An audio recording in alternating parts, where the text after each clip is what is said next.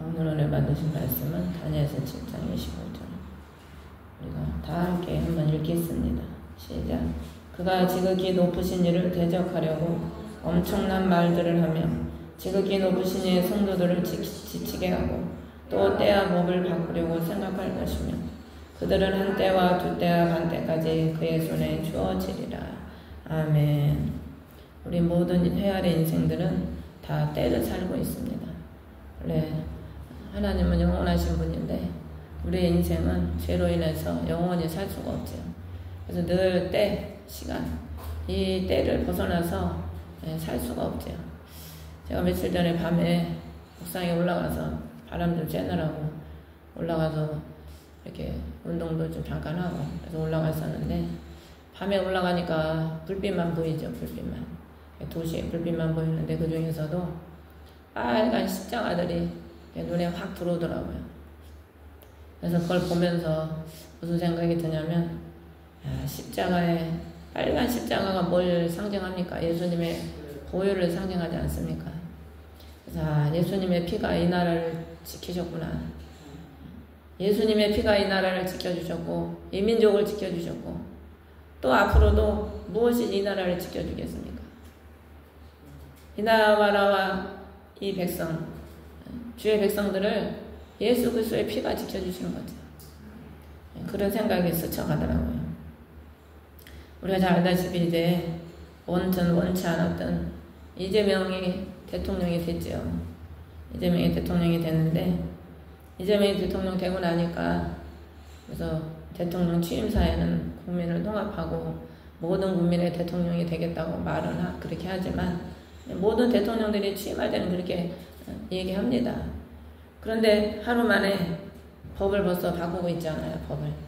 그래서 오늘 제가 그걸 생각을 하면서 하나님 말씀에 딱 비춰보니까 여러분 역사로부터 지금까지 많은 역사를 보면은 이 사단 원수마귀는 항상 보면은 이 법을 바꿔서 사람들을 통제합니다. 우리가 잘 알다시피 에덴에서도 하나님은 법은 뭡니까? 먹지 말아라. 하나님의 법은 먹지 말라는 거예요. 먹지 말라. 먹으면 어떻게? 반드시 죽으리라. 그런데 사단은 그 법을 어떻게 바꿉니까? 먹어라. 죽지 않는다. 정반대로 바꾸는 겁니다. 사단은 늘 법을 바꿔서 사람을 그 법에 얽매이게 만들고 그 법에 종속되게 만들고 그 법에 따라가고 굴복하고 복종하게 만드는 겁니다. 그래서 열왕기상 12장 25절부터 33절에도 보면은 이스라엘 나라가 남북으로 갈라졌을 때 여로보암이 자신의 왕국을 통치하고 다스리기 위해서 제일 먼저 한 게 뭐냐? 법을 바꾸는 겁니다. 법. 하나님의 법은 반드시 어떻게 하라고 했습니까? 예루살렘에 가서 6월절을 지키라고 했습니다. 우상을 섬기지 말라고 그랬어요. 세우지 말라고 그랬잖아요. 십계명에. 근데 여로보암은 그 하나님의 법부터 다 바꿔버립니다. 우상을 세워놓고 예루살렘까지 갈 필요 없어. 편하게 여기서 그냥 예배 드려. 저 송아지가 하나님이야. 그리고 또 어떻게 합니까? 제사장을 맘대로 세웁니다. 레위인이 아닌데 그렇게 맘대로 세워놓고 또 어떻게 합니까? 대속죄일 7월에 있는 대속죄일을 늦춰요. 8월달로. 이게 다 영적인 겁니다. 원수 마귀는 하나님의 법부터 바꿔서 하나님의 백성들로 하여금 하나님 말씀을 못 지키게 만들고 하나님 말씀을 못 지키고 살다 보면 어떻게 되겠습니까? 영이 벌써 어둠에 잡히고 세속에 잡히고 벌써 영이 그랬던 길로 가는 겁니다. 그러다 보면 어떻게 됩니까? 때를 몰라요. 지금이 기도해야 될지 뭘 하나님을 위해서 뭘 해야 될 때인지 때를 모르는 겁니다. 때를. 세상에 취해가지고. 사단의 계략은 그런 식으로 만들어 가는 겁니다. 그래서 오늘 이 말씀 다니엘 7장 이 말씀도 마지막 때에 대해서 다니엘에게 지금 하나님이 다니엘에게 마지막 때를 보여주시면서 말씀하시는 겁니다. 마지막 때 이 사단이 적그리스도가 하나님을 대적하려고 엄청난 말을 한다는 거예요. 이 엄청난 말이 뭐겠어요? 하나님을 대적하는 말이 뭐겠습니까? 하나님의 말씀의 법을 바꾸는 거죠. 하나님의 말씀의 법을 바꾸고 때와 법을 바꾸려고 한다 생각할 것이요. 때와 법을 왜 바꾸겠습니까? 그 목적이 누구겠어요? 예수 그리스도를 믿는 사람들이다. 믿는 사람들. 안 믿는 사람은 어차피 666표를 받고 사단의 수하에 다 있거든요. 믿는 사람들을 다 잡아 죽이기 위해서 때와 법을 바꿔서 믿는 사람들을 다 멸망으로 데려가려고 하는 거죠. 그래서 원수마귀는 지금도 조금씩 왜 한꺼번에 뭘 바꾸면 티가 나거든요. 한꺼번에 바꿔버리면 티가 나잖아요.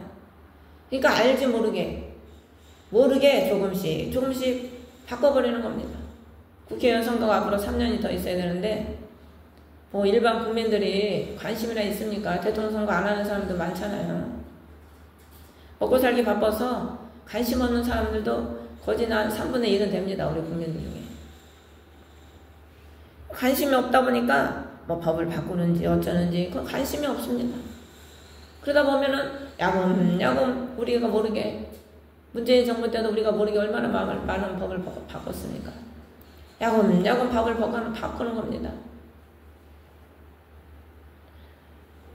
그래서 점점 믿는 사람들에게 그게 옥새가 되고 올무가 되게 만드는 겁니다. 코로나 때에도 우리가 잘 알다시피 코로나 백신 안 맞으면 한 달인가 식당을 못 들어가게 법으로 만들었잖아요. 그래서 우리가 백신을 안 맞았기 때문에 그때 외식을 못 했잖아요.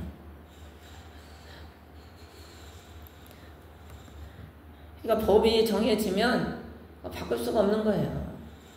그 법을 안 지키면 사회생활에서 살아갈 수가 없는 거지. 그래서 우리가 법이란 모든 사람을 통제하는 수단인데 법을 통해서 위협하고 처벌하고 복종하게 만드는 겁니다. 그래서 우리가 알다시피 하만이 이스라엘을 죽이려고 어떻게 합니까? 법을 딱 만들어서 맨날 며칠 이스라엘 백성들을 싹 도륙해라. 법부터 만드는 겁니다. 법부터. 마지막 때에도 이 사단이 최후의 수단, 강력한 법의 수단이 뭘 것 같습니까? 666표입니다. 666표. 계시록에 나와 있잖아요. 666표를 받지 않으면 매매를 할 수가 없어. 우리가 지금 모든 걸 다 사서 먹지 않습니까? 옛 시대에는 자업자득도 할 수 있었어요. 농사 져가지고 뭐 다른 거는 못 써도 농사 지면 밥은 먹고 살았지. 쌀은 먹고 굶어 죽지는 않겠죠. 밥만 먹어도 뭐 굶어 죽지는 않으니까.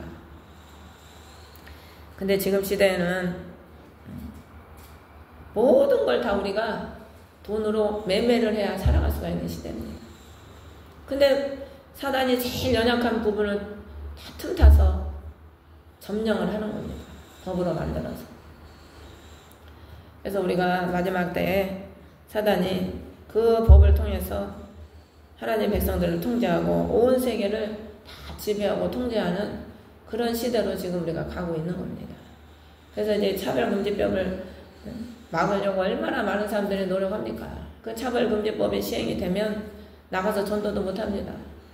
나가서 전도도 못하고 교회 동성애자들이 와서 예배 드리러 와도 뭐라고도 못하고 가라고도 못하고 법에 걸려요. 그래서 우리가 지금 이제 그런 시대로 점점 흘러가고 있는데 이재명이는 차별금지법을 다 만들겠다고 얘기한 것 같더라고요. 어떤 영상을 보니까 다 만들지요. 왜 안 만들겠습니까? 이 사람도 좋고 저 사람도 좋고 그래 너도 좋고 나도 좋고 다 서로 좋게 살자. 그래서 우리가 이런 시대를 살아가고 있기 때문에 우리가 깨어서 참 하나님의 시대를 분별하고 또 늘 주님 앞에 깨어서 에녹처럼 동행하는 사람이 되어야 될 줄 믿습니다. 그리고 때를 바꾸는 것은 말씀을 따라 살아갈 때 그때 우리가 하나님의 때를 알고 섭리를 알고 살아가고 있는데 우리가 하나님의 말씀을 모르고 법을 바꿔버리면 자동으로 때도 바뀌는 겁니다. 법을 바꿔놓으면은 때가 바뀌어지는 거예요. 다니엘서 우리 한 장 앞에 보면은 다니엘을 사자굴에 집어넣으려고 이 다른 총리들이 계략을 만들잖아요. 계략. 그래서 6장에 보면은 누구든지 30일 동안 왕의 어떤 신에게나 사람에게 청원하는 자는 사자굴에 던져 넣으리라. 이렇게 법을 왕에게 만들으라고 청원을 하는 겁니다. 그래서 왕이 그 속임수에 넘어가서 인을 딱 찍어주잖아요. 그렇게 해라. 그 다니엘이 늘 하루에 3번 기도했거든요. 3번. 다니엘 하루에 3번 기도했습니다. 우리가 밥은 하루 3끼 꼬박꼬박 잘 찾아 먹죠. 밥을 찾아 먹는 것만큼 기도도 사실 해야 되거든요. 다니엘이 3번 기도를 하는데 늘 하루도 쉬지 않고 다니엘은 자기를 지키는 삶을 사는 겁니다. 다니엘이 늘 보면은 다니엘 1장에 보면은 포로로 잡혀 있음에도 불구하고 먹는 걸 절제하고 삶을 절제하고 그게 뭡니까? 하나님 말씀을 지키기 위한 삶.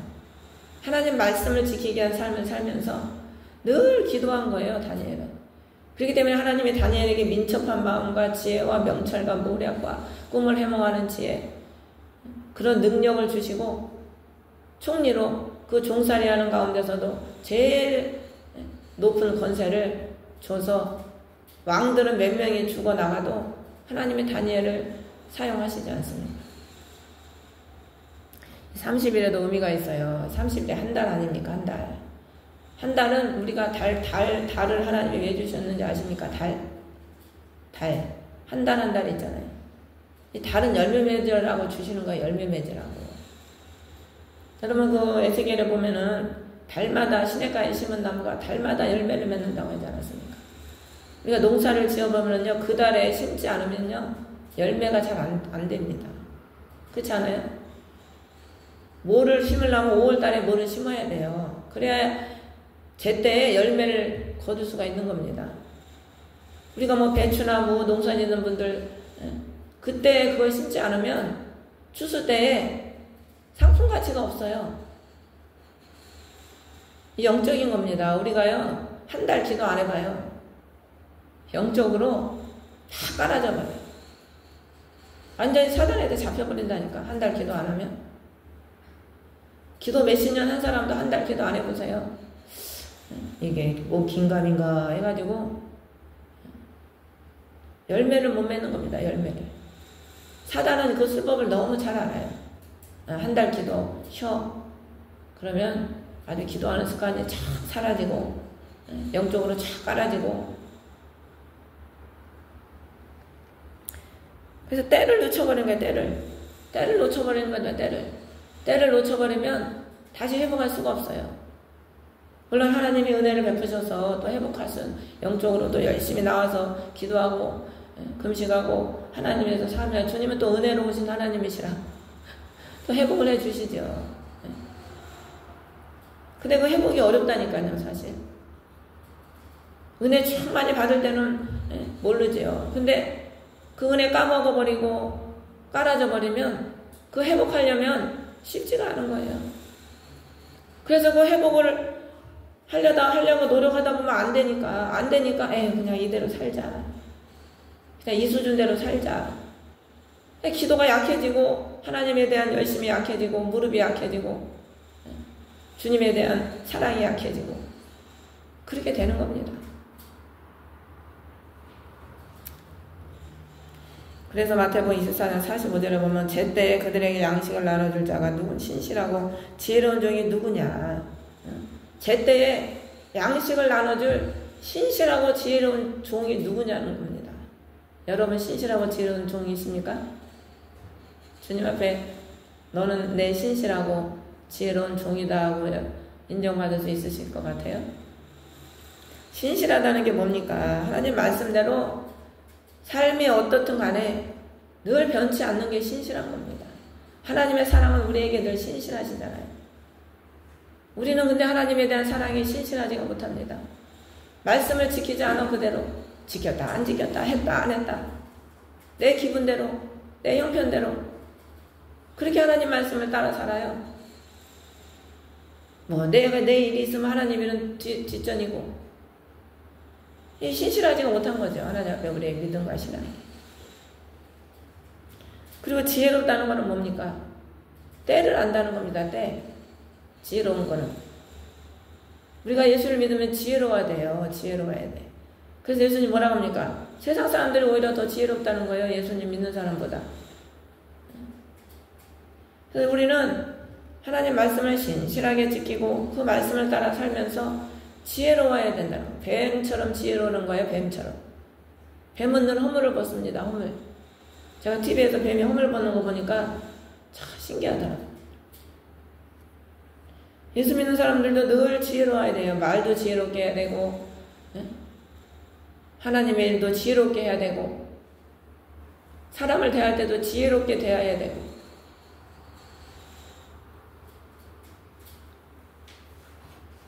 그래서 우리 하나님은 하나님의 백성을 출애굽시켜서 3개월 만에 시내산에 이르렀을 때 제일 먼저 뭘 만듭니까?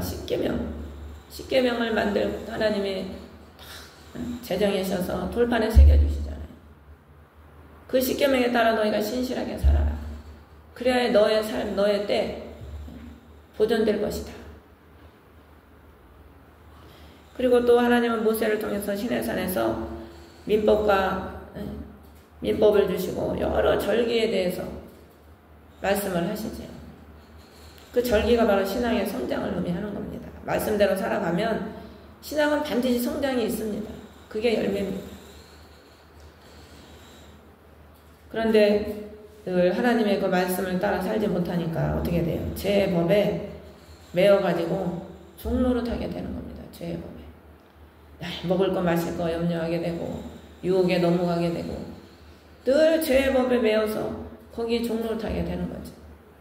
그래 로마서 8장에 그래서 로마서 7장에 죄의 법이 뭐예요? 헤어날 수 없는 게 법입니다.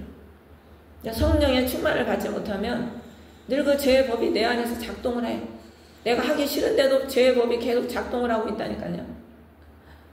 근데 성령이 충만을 받으면 성령께서 그 죄의 법에서 우리를 죄와 사망의 법에서 해방시켜 주신다.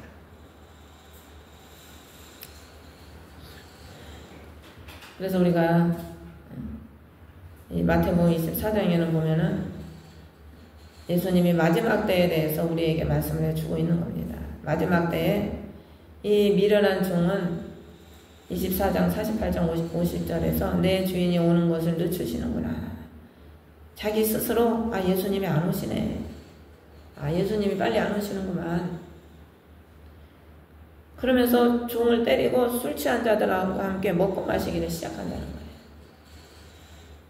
의로운 사람을 핍박하는 거죠. 저 사람 뭐 맨날 저렇게 기도만 하고 앉아있어. 기도한다고 뭐가 되나? 그러면서 술 취한 사람들하고 먹고 마신다는 거예요. 술 취한 사람들이 누굽니까? 세상 사람 의미하는 거예요. 세상 사람. 세상에 취한 사람. 세상에 눈에 보이는 거, 귀에 들리는 거, 육신의 정욕, 이거에 빠져있는 사람하고 딱 붙어가지고 그 사람 쫓아다니면서 세상 즐기고 다니는 거예요. 먹고 마시자. 이 먹고 마시는 게 뭡니까? 육신의 정욕을 따르는 삶입니다. 그러니까 우리가 주님 오실 날을 멀었어 이렇게 생각하는 사람은 뭐 나중에 준비하지, 나중에 기도하지 이러면서 현재의 즐거움, 육신의 즐거움을 따라 추구하면서 살아가게 되는 겁니다.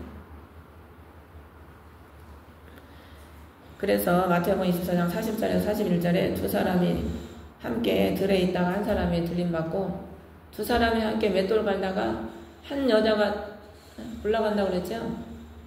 제가 가만히 생각해 보니까 이 두 사람 믿지 않는 사람과 믿는 사람이 아닙니다. 이 두 사람은요 믿는 사람을 말하는 겁니다. 성경은 믿지 않는 사람에게 준 게 아니에요. 하나님 말씀은 믿는 사람에게 준 겁니다. 교회 안에 양과 염소가 있잖아요. 교회 안에 같이 예수를 믿어도 같이 맷돌을 간다는 건 뭡니까? 같이 신앙생활하고 같이 하나님 말씀을 먹어도 한 사람은 들림받고 한 사람은 남는다는 겁니다. 그럼 누가 들림받고 누가 남겠습니까? 종교생활하는 사람은 남고 다시 오실 예수님 한 분 바라보며 신실하게 그 주님을 사모하며 기다리는 자신의 정결, 거룩을 지키는 그 신부를 주님이 데려가시는 겁니다. 그래서 마태복음 16장에 보면 너희가 하늘이 붉으면 날씨가 좋으리라고, 또 하늘이 붉고 흐리면 날씨가 굳으리라.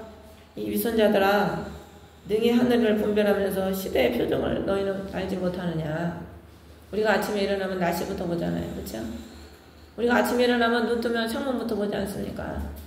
그럼 흐리면 비가 올라나? 날이 맑으면 오늘 날씨가 맑구나. 매일 눈을 뜨면 그거는 우리가 잘 캐치를 해요. 근데 시대의 표정을 모른다는 거, 시대의 표정. 시대의 표적이 뭡니까? 표적이라는 거는요, 어느 한 것을 주목하게 만드는 게 표적입니다.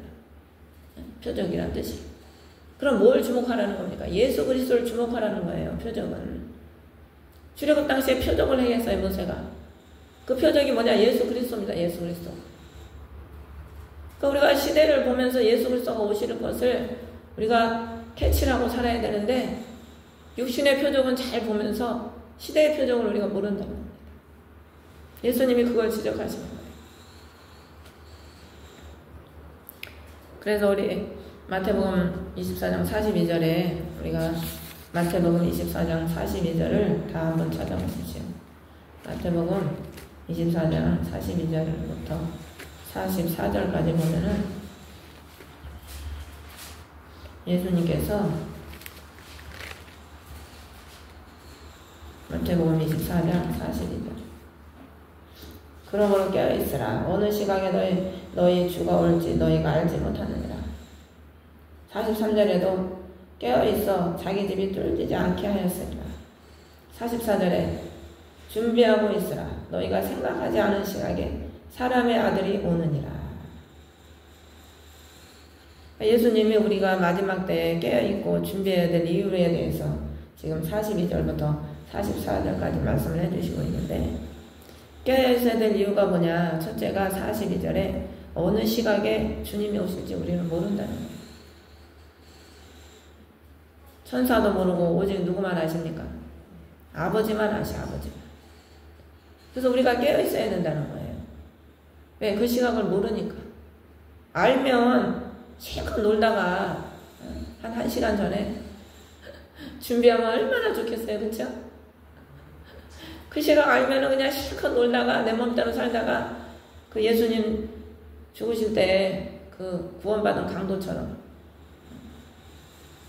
그 십자가에 못 박혀서 구원받은 강도도 참 한편으로 보면은 참 은혜지만 한편으로 보면은 그것도 심판의 은혜입니다. 심판의 은혜. 그렇게 많은 죄를 졌으니까 육신의 고통을 당하면서 구원을 받는 거죠. 다 이거 굉장히 깊은 은혜예요. 지멋대로 죄만 짓고 살다가 그 죄값은 어차피 치러야 될 거 아닙니까? 우리가 고난과 연단이 없이 천국에 못 들어갑니다.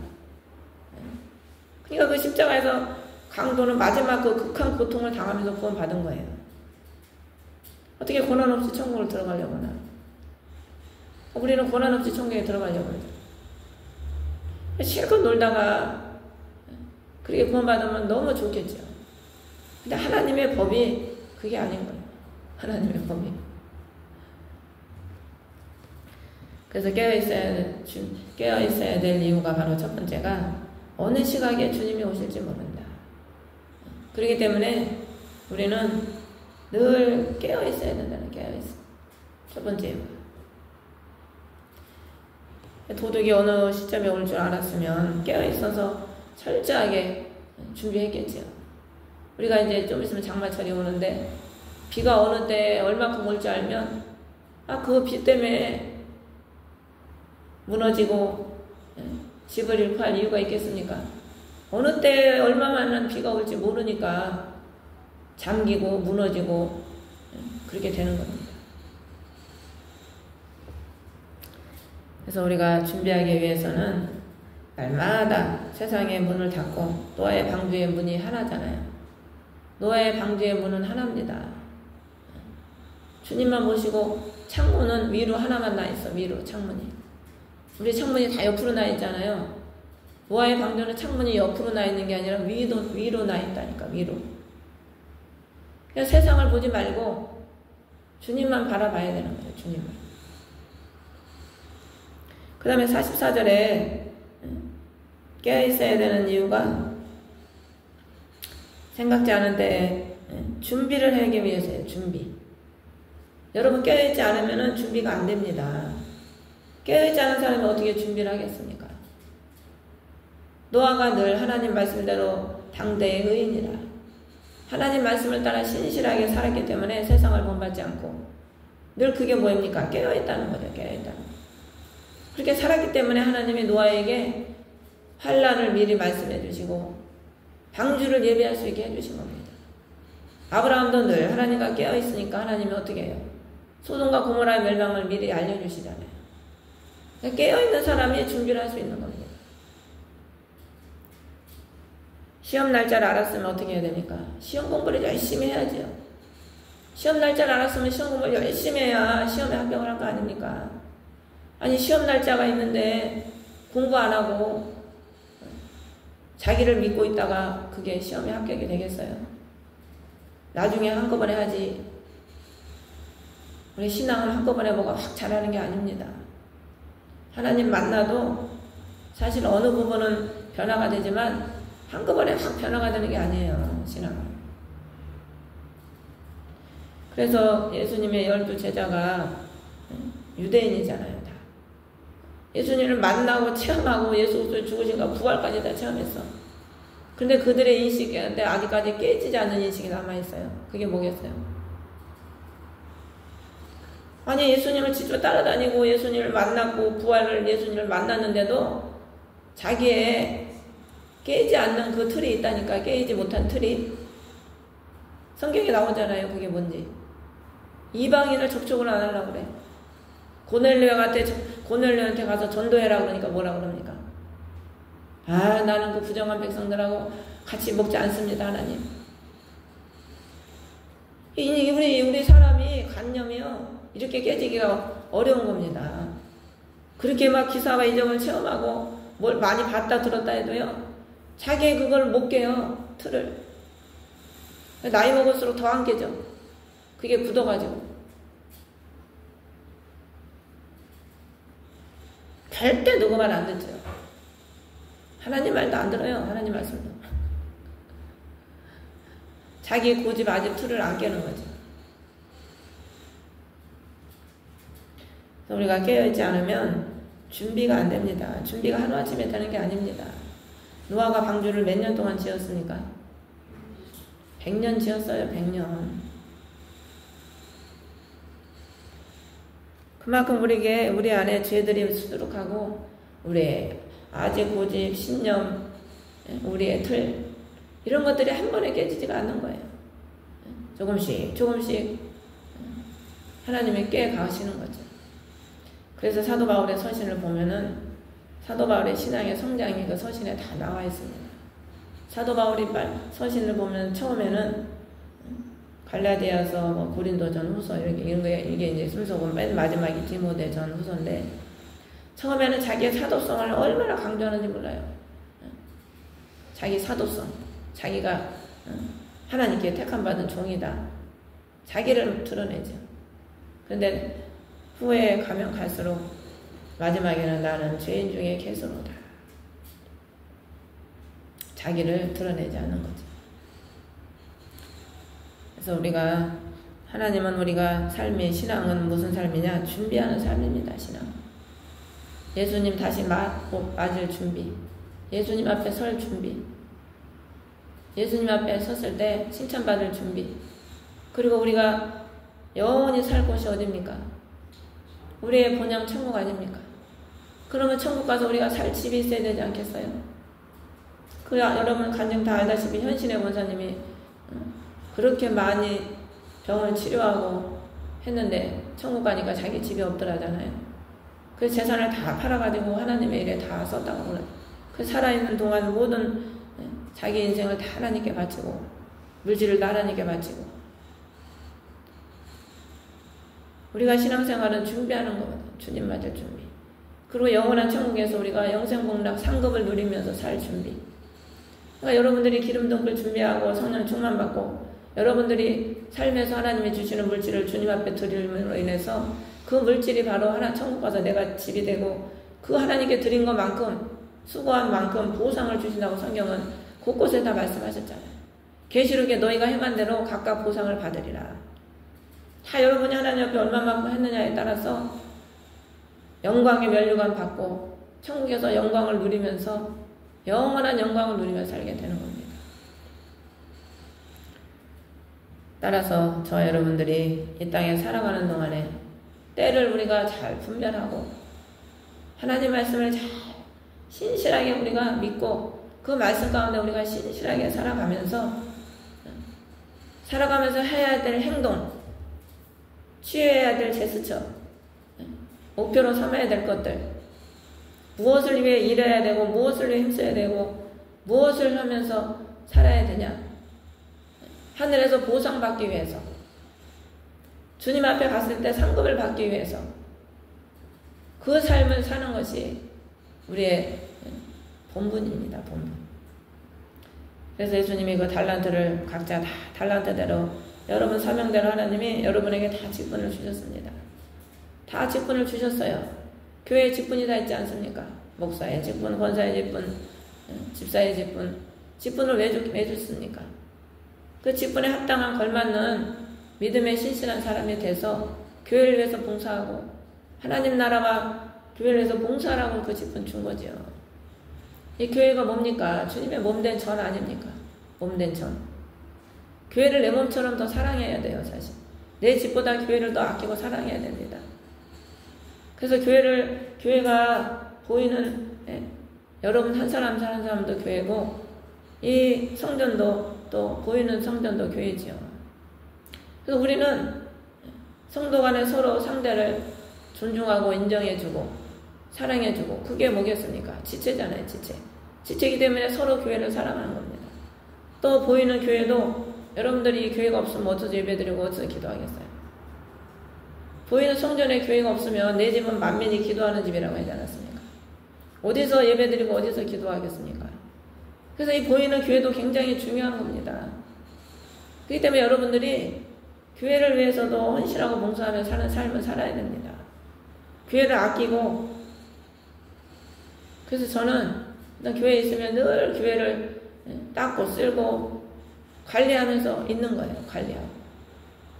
화장지 하나도 아끼면서 쓰고 돈이 없어서 그런 게 아닙니다. 남의 것에 충성하지 않는 사람, 어떻게 하나님이 작은 것에 충성하지 않는 사람한테 주님이 큰 걸 맡기겠습니까? 아끼고 쓸고 닦고 하나님의 집이기 때문에, 집에서는 내가 안 쓰고 안 먹고 해도 하나님의 집에 갖다 놓는 거는 돈 아깝지 않게 저는 쓰고, 늘 성전 중심으로, 하나님 중심으로, 내 집보다 교회를 저는 더 위하고 사랑하는 거예요. 뭐 내가 여기 교회 목사라서 그런 게 아니고, 저는 어디를 가든지 다른 교회 가서 기도를 해도요, 그 교회에 뭐가 없으면 어떻게든지 그냥 내가 없어도 전에도 항상 다른 교회 가서 기도를 해도 그 목사님의 말씀에 순종하고, 거기에 뭐가 없으면 거기 갖다 놓고, 돈이 없으면 어디 그런 거 없나 찾아다니고, 저는 그렇게 신앙생활을 몇십 년을 했습니다. 늘 하나님의 집에 필요한 게 뭔가 없으면 그거부터 갖다 놓고, 내가 안 쓰고 안 먹고 안 입더라도. 그게 바로 하나님을 사랑하는 마음이고 주님을 위해 영광을 돌리며 살고자 하는 마음이지요. 이런 삶을 살아갈 때 우리가 예비가 되고 주님 오실 때 또 주님을 기쁘게 맞이할 수 있는 그런 또 하나님의 사랑받는 일꾼들이 되지 않겠습니까? 우리가 또 이재명 대통령이 됐는데 이제 이미 된 거 미워하면 뭐 하겠습니까? 또 나라를 잘 이끌어가게 해달라고 우리가 또 기도하고, 사실 이렇게 되는 원인이 다 남 탓할 거 없더라고요. 다 내 탓입니다. 내 탓. 우리가 전도하지 않는 탓이고 우리가 기도하지 않는 탓이고, 뭐 누구를 탓해요? 다 기독교인들을 잘못이지. 우리가 전도하지 못하고 한 사람이라도 또 전도했으면 그 사람이 이재명 찍었겠어요? 제대로 신앙생활 했으면, 하나님의 뜻을 바로 알았으면 이재명이를 찍었겠냐고요. 다 다 믿는 사람의 문제입니다. 믿는 사람들도 이재명 팬이 많다고 하지 않습니까? 목사님들도 이재명, 윤석열 탄핵하는데 앞장서. 다 믿는 사람의 문제예요, 사실. 내가 죄인으로서이다 해야 돼, 내가 죄인으로서. 누구 탓할 것도 없고, 미워할 것도 없고, 사실. 그래서 우리가 나라면서 늘 기도하고, 늘 깨어서 기도하고, 언제 환란이 닥칠지 모르니까, 진중권이가 그런 얘기 하더라고요. 우리나라도 베네수엘라처럼 어느 날 갑자기 망할지 모른다고. 지도자들이 나라가 왜 망하는지 아세요? 지도자들이 부패하면 나라가 망하는 겁니다. 역사적으로 보면 나라가 망하는 이유는 다 지도자들의 부패 때문입니다. 악한 지도자가 세워지니까 백성들을 돌보지 않는 거예요. 우리나라도 하나님이 이 나라를 또 징계하시고 깨우시려면 또 그런 현상이 올지도 모르지요. 그때를 우리가 지금 현재 우리가 깨어서 환란이 와도 능히 그 환란을 이길 수 있는 그 강건한 믿음, 성령 충만한 믿음. 교회에서 중국에서 지금 교회가 문 다 닫았잖아요. 시진핑이가 주석되고 나서 교회 십자가 다 내리게 했습니다. 우리나라도 그렇게 될지 몰라요. 그러면 이렇게 모여서 예배 드리는 거는 옛날이요. 예배를 못 드립니다. 법으로 그렇게 만들어 놓으면은 교회에서 예배 못 드립니다. 그런 날이 올지도 몰라요. 그러면 각자 여러분들 믿음으로 여러분이 믿음을 지켜나가야 됩니다. 누구의 도움이 없이. 여러분 혼자 누구 도움 없이 말씀 안 듣고 혼자 기도하면서 예수님 오실 때까지 환란 이겨가면서 버틸 수 있으실 것 같아요? 버틸 수 있는 그 신앙의 수준으로 지금 준비가 돼 있어야 된다니까. 여러분들이. 주님의 응답을 받고 주님의 인도를 받으면서 그게 다 성장한 사람, 장성한 분량의 이런 사람입니다. 흔들리지 않고 누구 말에 치우치지 않고 혼자서 기도해도 주님이 내 안에서 말씀해 주시고 평강과 기쁨을 누리고 그게 장성한 분량의 이런 신앙 성도거든요. 그래서 여러분들이 말씀에 따라 신실하게 살아가시면서 깨어서 준비하셔서 앞으로 어떤 날이 다가와도 잘 승리하는 또 저와 여러분 되시기를 주의 이름으로 축원합니다.